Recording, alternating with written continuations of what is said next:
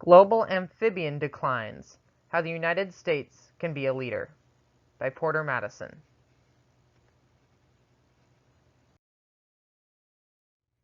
Introduction.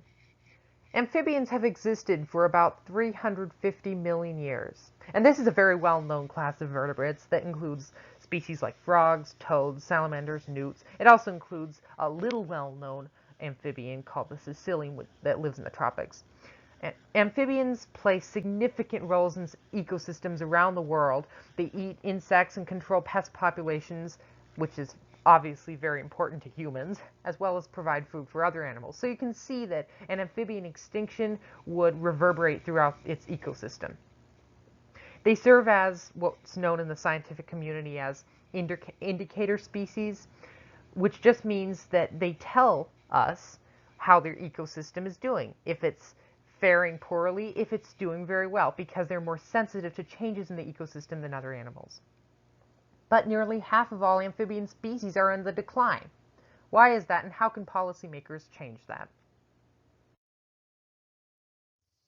Background. In 2010, ecologist and conservationist James Collins outlined several reasons for amphibian declines, all of which are anthropogenic, or human-caused. And from here on, I'll be focusing on two of the most prominent of these causes. One is a pathogen fungus called BD that has spread around the world from Korea since the Korean War, devastating amphibian populations in its wake.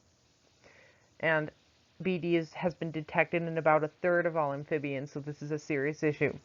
The other major reason is habitat loss, and a prime example of amphibian decline happening as a result of habitat loss is Sri Lanka, where half of all amphibian extinctions in modern history occurred, and 95% of rainforest was razed.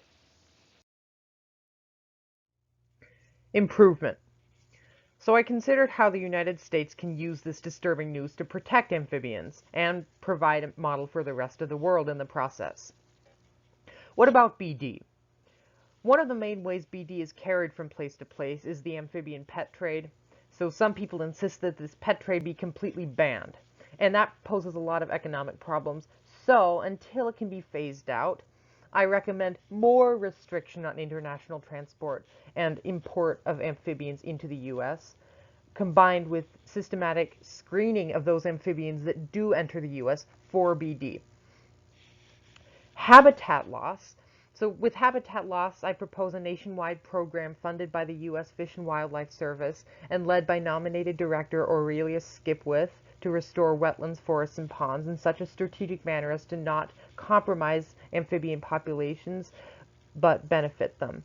And I realize that Aurelia's had controversies around her ties to Monsanto, but I think she's the only individual who would have the breadth of jurisdiction and experience to carry out this improvement. Costs.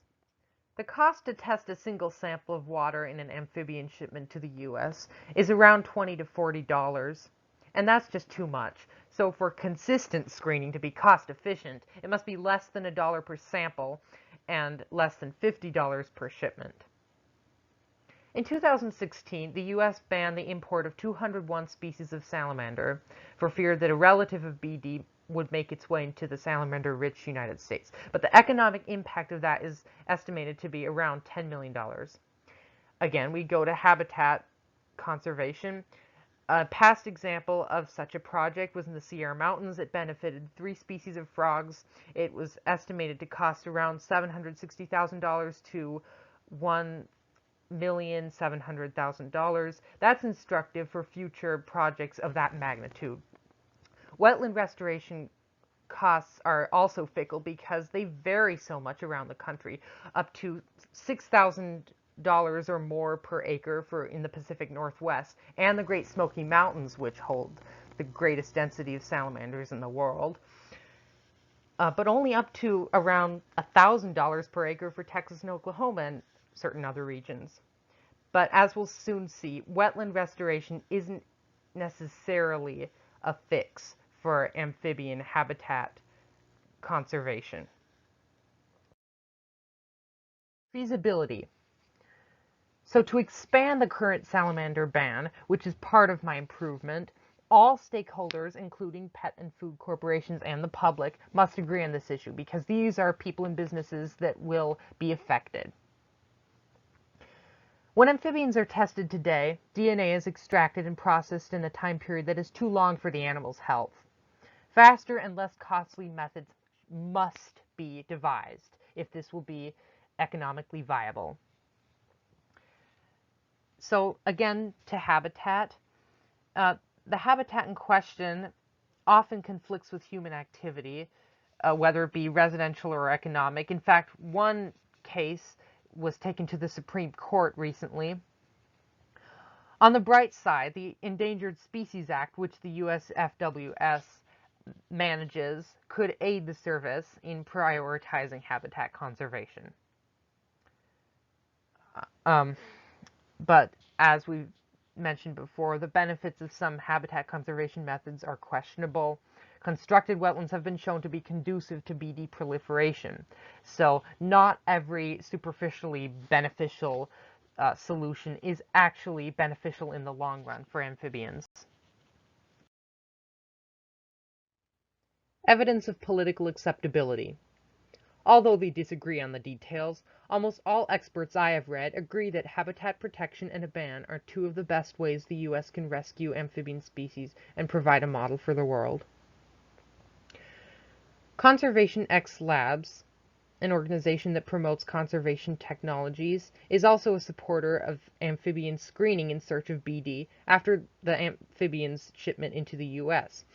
Other organizations such as scientific journals and popular magazines share this view as well.